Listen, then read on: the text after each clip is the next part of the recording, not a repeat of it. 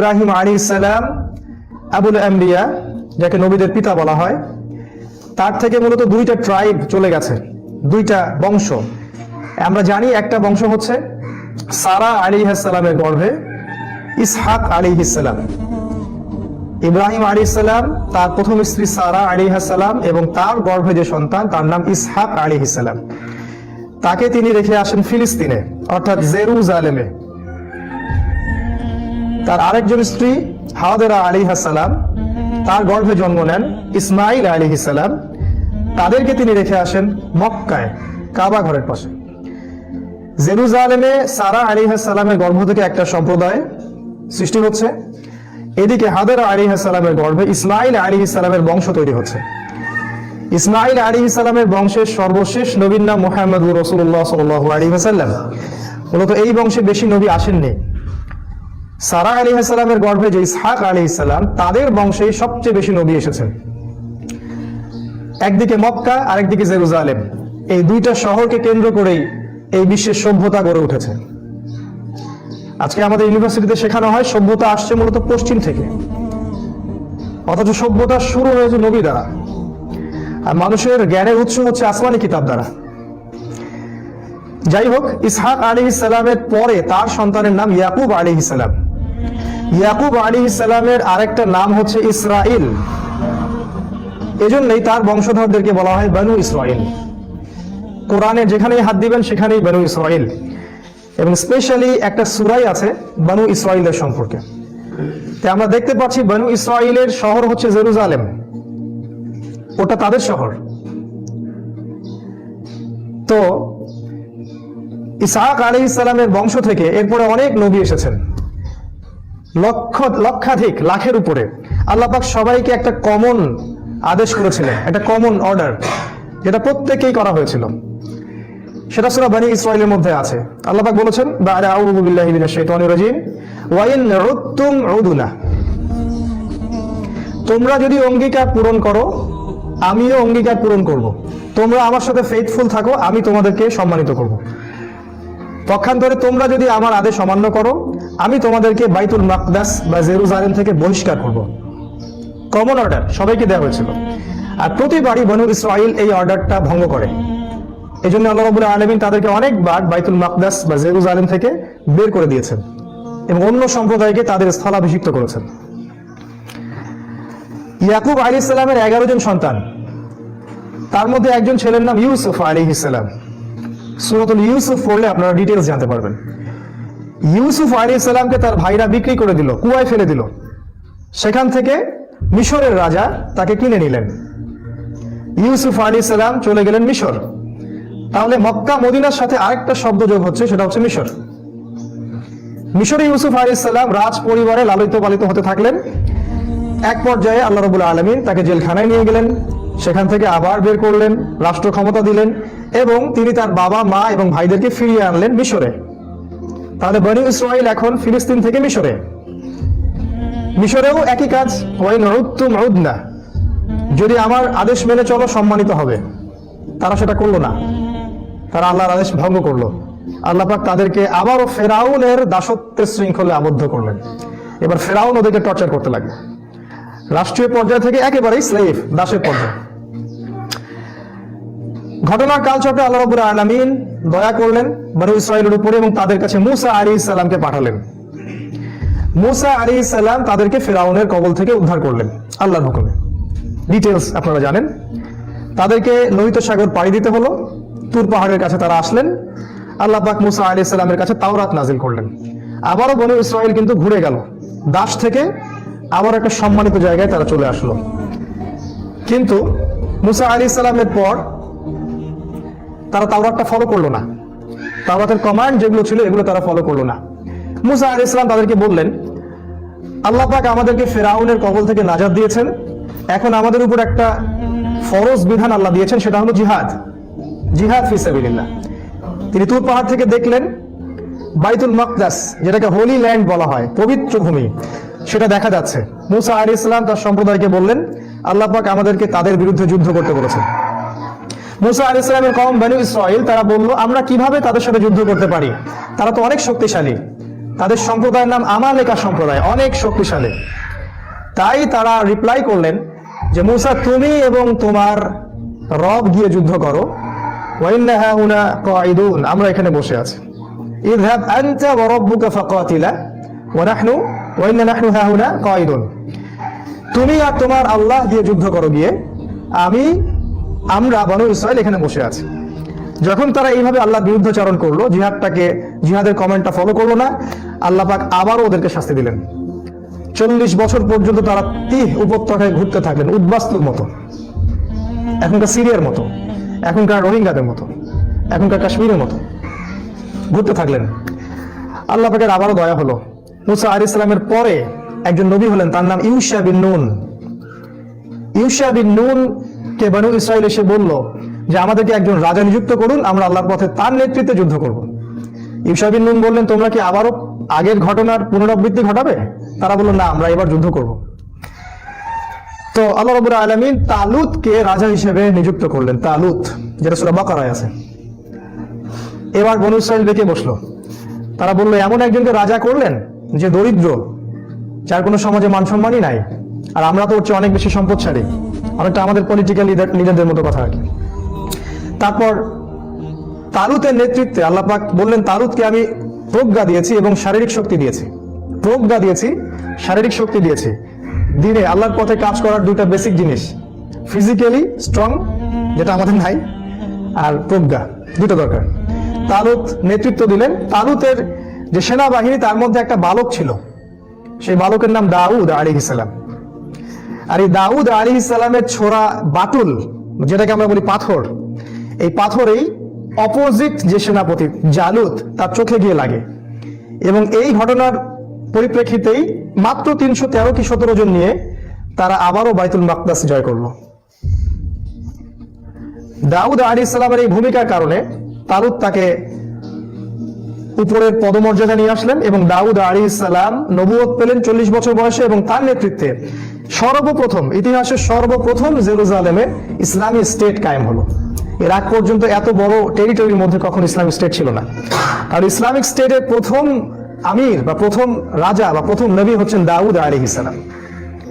এটা অনেক পরের ঘটনা। তারপর তারা পৃথিবীর রুলিং স্টেটে পরিণত হলেন। জেরুজালেম থেকে দাউদ আলাইহিস সালাম বিশ্ব শাসন করতে থাকলেন, এবং তার মৃত্যুর পর তার ছেলে সুলাইমান আলাইহিস সালাম আরো 1000 গুণ বেশি শক্তি নিয়ে সারা বিশ্ব শাসন করতে থাকলেন। আল্লাহ পাক তাকে পাখির ভাষা, জিনের ভাষা, সম্পদ, লোহা, সোনা, রূপা, এভরি সিঙ্গেল সেক্টর যেটা আমাদের দরকার একটা অত্যাধুনিক রাষ্ট্র হওয়ার জন্য, সবকিছু আল্লাহ পাক সুলাইমান আলাইহিস সালামকে দিলেন। এতটা দিলেন যে আমাদের নবী মুহাম্মদ সাল্লাল্লাহু আলাইহি ওয়াসাল্লাম বলেছেন যে একদিন একটা জিন আমাকে ডিস্টার্ব করছিল, আমি চাইলাম জিনটাকে বেঁধে রাখবো, কিন্তু তখন আমার সুলাইমানের কথা মনে পড়লো, আমার ভাই সুলাইমানের কথা মনে পড়লো। সুলাইমান আলাইহিস সালাম আল্লাহর কাছে দোয়া করেছিলেন, রব্বি হাবলি মুলকান, হে আল্লাহ আমাকে এমন রাজত্ব দান করুন, লা ইয়ানবাগি লিআহাদ, যেটা আপনি আর কখনো কাউকে দেননি। আল্লাহ আমাকে এমন একটা রাজত্ব দিন যেটা আপনি আর কখনো কাউকে দেননি।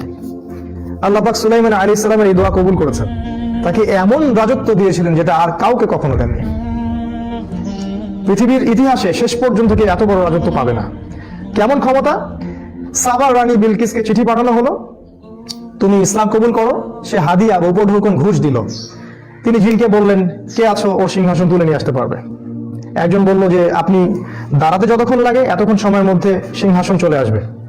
আরেকজন বলল যে না, আমি চোখের পলক ফেলানোর আগেই সিংহাসন নিয়ে আসতে পারবো। চোখের পলক পড়ার আগেই সিংহাসন অনেক দূরের একটা স্থান থেকে একটা জড়বস্তুকে আর একটা জায়গায় নিয়ে আসা হলো। এটা হচ্ছে রুলিং স্টেট। এত বড় ক্ষমতা আল্লাহ পাক তাকে দিয়েছিলেন। আজকে আমরা সামান্য ক্ষমতা পেয়ে কত কি না করি। রুলিং স্টেট বলতে যা বোঝায়, এক নির্দেশেই একটা রাজ্যের রাজা বা রানীর সিংহাসন তার সামনে। এটা কি মনে করতেছে? এখানে একটা কথা, আমার মতামত, এটা আসলে আমি গ্রহণ করতে ফোর্সও করছি না, এটা আমার মতামত, যে পৃথিবীর ইতিহাসে একটা সময় চলে গেছে যখন জড়বস্তু স্থান পরিবর্তন করেছে। এটাও হতে পারে ভবিষ্যতে এমন কোনো টেকনোলজি আসবে যে আবারও কোনো জড়বস্তুকে এক জায়গা থেকে আরেক জায়গায় সরানো সম্ভব হতে পারে। কারণ ইতিহাসে যেটা হয়ে গেছে সেটা ফিউচারে হতে পারে, সম্ভব। যাই হোক, ওটা আমাদের টপিক না। সুলাইমান আলাইহিস সালামের সময় তারা দেখেন সারা বিশ্বে রুলিং স্টেট হয়ে গেল। এরপর আবার ওয়াইন উদ্তুম উদনা, তোমরা যদি অঙ্গীকার পূর্ণ করো, আমি তোমাদেরকে ভালো রাখবো। আমি অঙ্গীকার পূর্ণ করবো, আল্লাহর কথা। তারা অঙ্গীকার পূর্ণ করলো না। সুলাইমান আলাইহিস সালামের পরে তারা আবার খারাপ হওয়া শুরু করলো। একটা পর্যায়ে গিয়ে তারা আল্লাহর সাথে বিদ্রোহ করলো, শিরিক করলো, কুফরি করলো, তাওরাতকে পরিবর্তন করলো, জাবুরকে পরিবর্তন করলো, ইনজিল তো তখন আসে নাই, জাবুরকে পরিবর্তন করলো। আল্লাহ পাক তাদেরকে আবারও জেরুজালেম থেকে বের করে দিলেন। এবার কাদের হাতে বের করলেন? ইরাক থেকে। ইরাকের একটা জায়গা ছিল ব্যাবিলন, সেখান থেকে নেবুজাত নিজার নামে একজন রাজা ছিলেন। এই রাজা গিয়ে ওই জেরুজালেমকে আক্রমণ করে এবং সব বনু ইসরায়েলকে সে দাস বানিয়ে আবার ইরাকে ফেরত নিয়ে আসে। বনু ইসরায়েল জেরুজালেম হারালো। সুলাইমান আলাইহিস সালামের কিংডম শেষ, রুলিং স্টেট কলাপস। তারা আবার দাসত্বের জায়গায় চলে আসলো। দেখেন কত সার্কেল, তাদের কত বড় হিস্ট্রি। এবার তারা 2000 বছর পর্যন্ত আর জেরুজালেমে ফেরত যেতে পারে নাই। 2000 বছর পর্যন্ত। এই 2000 বছরে তাদের কাছে আরো অনেক নবী এসেছেন এবং প্রত্যেকটা নবী তাদেরকে একটা মেসেজ দিয়েছেন। এটা আমাদের পয়েন্ট। মেসেজটা হচ্ছে যে তোমাদের সামনে একজন মাসিহ আসবেন। ভালো করে শুনেন এই জায়গাটা। বনু ইসরায়েলের মধ্যে একজন মাসিহ আসবেন। মাসিহ মানে হচ্ছে ত্রাণকর্তা, উদ্ধারকারী। এই মাসিহ যখন আসবে, বনু ইসরায়েল আবারও পৃথিবীর রুলিং স্টেটে পরিণত হবে। এটা ওদের ধর্মগ্রন্থে লেখা আছে বা কেউ লিখে দিয়েছে, কারণ এটা ঐশ্বরিক না। ওরা তাওরাতকে চেঞ্জ করে একটা ধর্ম বানায়, সেটা হচ্ছে তালমুদ। তালমুদ এখানে ওরা লিখে নিয়েছে। যাই হোক, ওরা এটা বিশ্বাস করে যে আখিরুজ জামান বা শেষ জামানায় ওদের একজন মাসিহ আসবে। যে মাসিহ যখন আসবে, তখন তারা আবারও সুলাইমান আলাইহিস সালামের মতো এই পুরো বিশ্ব শাসন করবে। এরপর তাদের সেই মাসিহ আসলো। আমাদের নবী মুহাম্মদ সাল্লাল্লাহু আলাইহি ওয়াসাল্লাম বললেন সেই মাসিহ হচ্ছেন ঈসা আলাইহিস সালাম। কিন্তু তারা বলল ঈসা আলাইহিস সালাম কিভাবে মাসিহ হতে পারে? তার মা তো একজন ব্যভিচারিণী, নাউযুবিল্লাহ। সে তো একজন জারদ সন্তান, নাউযুবিল্লাহ। এবং তারা তাকে অস্বীকার করলো। তারা সত্যিকারের মাসিহকে চিনতে ভুল করলো এবং সেই মাসিহকে তারা ক্রুশে চড়ালো। ইহুদিরা ঈসা আলাইহিস সালামকে ক্রুশে চড়িয়েছে। আল্লাহ রাব্বুল আলামিন তাকে সেখান থেকে তুলে নিলেন। আল্লাহ পাক তাকে নিজের কাছে নিয়ে নিলেন। কিন্তু তাদের মনে হলো তারা মাসিহকে হত্যা করেছে। এই জন্য আল্লাহ পাক বলেছেন ওয়ামা কাতালুহু ওয়ামা সালাবুহু। তারা তাকে হত্যাও করেনি, তারা তাকে ক্রুশবিদ্ধও করেনি। বল রাফাআহুল্লাহু ইলাইহি, বরং আল্লাহ তাকে তার কাছে তুলে নিয়েছেন। তারা মাসিহকে হত্যা করার চেষ্টা করলো। আল্লাহ যে ঈসা আলাইহিস সালামকে তুলে নিয়েছেন, এটা কোরআন নাজিল হওয়ার আগ পর্যন্ত কেউ জানতো না। কোরআন নাজিল হওয়ার আগ পর্যন্ত সবাই মনে করতো মাসিহকে হত্যা করা হয়েছে। আল্লাহ পাক কোরআনে জানিয়ে দিলেন তারা তাকে হত্যাও করেনি, ক্রুশবিদ্ধ করেনি। এই ঘটনাটা যখন ঘটলো, তখন এখানে দুইটা দল হয়ে গেল। কিরকম দল? এক দল খুব খুশি বা উৎফুল্লতা প্রকাশ করলো, আমরা ইন্না কাতালনাল মাসিহ ইবনে মারইয়াম। খুশিতে তারা বললো আমরা মাসিহ ইবনে মারইয়ামকে হত্যা করেছি। এরা হচ্ছে ইহুদি। আর এক দল খুবই কষ্ট পেল, তাদের নবীকে হত্যা করা হয়েছে, তারা খুব কষ্ট পেল। তারা হচ্ছে নাসারা, তারা খ্রিস্টান। এখনকার খ্রিস্টান না, অরিজিনাল খ্রিস্টান। সত্যিকারের যারা খ্রিস্টান, সত্যিকারের যারা নাসারা, তারা ঈসা আলাইহিস সালামকে এখনো বিশ্বাস করে। এখনো তারা তার রেখে যাওয়া যে বিধানগুলো, এগুলো ফলো করার চেষ্টা করে। আমরা যেটা মনে করি England, America, Britain, Germany, France এগুলো খ্রিস্টান কান্ট্রি, এটা ভুল। এরা গডলেস কান্ট্রি। এদের কোনো আল্লাহ নাই, এদের কোনো ঈশ্বর নাই, ঈশ্বরহীন একটা রাষ্ট্র এরা। যাই হোক, এখানে দেখেন দুটো গ্রুপ হয়ে যাচ্ছে, একটা হচ্ছে ইহুদি আর একটা হলো নাসারা। আর এই ঘটনার পর থেকে আল্লাহ পাক তাদেরকে আর আহলে কিতাব বলছেন না। এই ঘটনাটার পর থেকে আল্লাহ পাক তাদেরকে আর কখনো আহলে কিতাব বলেননি। আল্লাহ পাক বলছেন একদল ইহুদি মাগদুব আর একদল নাসারা দল্লিন। এখানে তিনটা দলের কথা আসলো, ইহুদি, নাসারা এবং মুসলিম। কনক্লুশন হচ্ছে ইহুদিরাও বিশ্বাস করছে তাদের একজন মাসিহ আসবেন, যিনি আসলে তারা জেরুজালেম থেকে বিশ্ব শাসন করবে, ঠিক? খ্রিস্টানরাও বিশ্বাস করে ঈসা আলাইহিস সালাম আবারও আসবেন এবং তিনি যখন আসবেন তখন তিনি জেরুজালেম থেকে এই বিশ্ব শাসন করবেন, রাইট? আমরা মুসলিমরা, মুহাম্মদ সাল্লাল্লাহু আলাইহি ওয়াসাল্লামের উম্মাহ, আমরাও বিশ্বাস করি যে শেষ জামানায় ঈসা আলাইহিস সালামকে আল্লাহ পাক আবারও পাঠাবেন। ইমামুল মাহদি এবং ঈসা আলাইহিস সালাম মিলে আবারও জেরুজালেম থেকে সারা বিশ্বে ইসলামিক স্টেট বা খেলাফত কায়েম করবেন, রাইট? তিনজনের মধ্যে মতের মিল আছে, শুধু ইহুদিদের কনসেপ্টটা আলাদা। কি আলাদা? ইহুদিরা এটা বিশ্বাস করে না সেই মাসিহ ঈসা আলাইহিস সালাম, তারা এখন একজন মাসিহ এর অপেক্ষায় বসে আছে। আর আমাদের নবী মুহাম্মদ সাল্লাল্লাহু আলাইহি ওয়াসাল্লাম বলেছেন জেরুজালেম থেকে শেষ জামানায় একজন ব্যক্তির আবির্ভাব হবে, যে হবে ইহুদি বংশোদ্ভূত, ইহুদি মায়ের সন্তান, কোকড়ানো চুল, স্ট্রংলি বিল্ড, শারীরিক শক্তি অনেক বেশি, সে আকাশ নিয়ন্ত্রণ করবে, সে জলবায়ু নিয়ন্ত্রণ করবে, সে পলিটিক্স নিয়ন্ত্রণ করবে, সে অর্থনীতি নিয়ন্ত্রণ করবে, ভৌগোলিক বিষয় নিয়ন্ত্রণ করবে, মানি নিয়ন্ত্রণ করবে, টাকা, সে খাবার নিয়ন্ত্রণ করবে, সে ফ্লাই করবে, সে ডান হাতে জান্নাত নিয়ে ঘুরবে, বাম হাতে জাহান্নাম নিয়ে ঘুরবে, সে মহামারী ছড়াবে। এইগুলো রাসূল বলে গেছেন এবং তিনি বলেছেন এও মাসিহ। কিন্তু এ হচ্ছে মাসিহুদ দাজ্জাল, মিথ্যা মাসিহ, প্রতারক মাসিহ। তারাও মাসিহ ওয়েট করছে, আমরাও মাসিহের জন্য ওয়েট করছি, খ্রিস্টানরাও মাসিহের জন্য ওয়েট করছে। কিন্তু এমন একজন মাসিহের কথা রাসূল বলে গেলেন যিনি ঈসা আলাইহিস সালামের মতো নন, তিনি প্রতারক, মিথ্যাবাদী। রাসূল বললেন 40 দিন সে বিশ্ব শাসন করবে এবং বিশ্বের আনাচে কানাচে প্রতিটা জায়গায় এসে তার ত্রাস চালাবে। যে ব্যক্তি তার আদর্শ মেনে নিবে সে তাকে প্রোগ্রেস দিবে, উন্নতি, অগ্রগতি। আর যারা বা যে জাতি তার বিরুদ্ধাচরণ করবে, তাকে দাজ্জাল বলে চিনতে পারবে, সে তাদেরকে দুর্ভিক্ষ দিবে, ধ্বংস করে দিবে, অর্থনীতি ধ্বংস করে দিবে, সামরিক আগ্রাসন চালাবে, সবই করবে। আপনি কি এখন ডটস গুলো মিলাতে পারছেন? দাজ্জাল শব্দের অর্থ প্রতারক, মিথ্যাবাদী। এই সম্পর্কে রাসূল সাল্লাল্লাহু আলাইহি ওয়াসাল্লাম বলেছেন এমন কোন নবী নেই যিনি তার কওমকে মাসিহুদ দাজ্জাল সম্পর্কে সতর্ক করেননি। হিস্ট্রির শুরু থেকে শেষ পর্যন্ত এর চেয়ে বড় কোনো ফিতনা কখনো দেখা দিবে না। এমনকি না আমাদের নবী মুহাম্মদ সাল্লাল্লাহু আলাইহি ওয়াসাল্লাম প্রতি রাকাত সালাতে আল্লাহর কাছে আশ্রয় চাইতেন, আল্লাহুম্মা ইন্নী আউযু বিকা মিন ফিতনাতিল মাসিহিদ দাজ্জাল। তিনি বলেছেন আমি দাজ্জাল সম্পর্কে একটা এক্সট্রা কথা বলতে চাই যেটা অন্য কোনো নবী বলেননি। সেটা হলো দাজ্জাল এক চোখে অন্ধ, কিন্তু তোমাদের রব আল্লাহ তিনি অন্ধ নন। অন্য বর্ণনায় আছে সে ডান চোখে অন্ধ, তোমাদের রব আল্লাহ অন্ধ নন।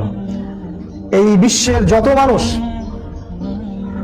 এক চোখা দৃষ্টিভঙ্গির, বাহ্যিক চোখ দিয়ে সব দেখতে পারে, ভিতরের কোনো চোখ নাই, তারা দাজ্জালকে চিনতে পারবে না, তারা দাজ্জালের ফিতনায় পা দিবে।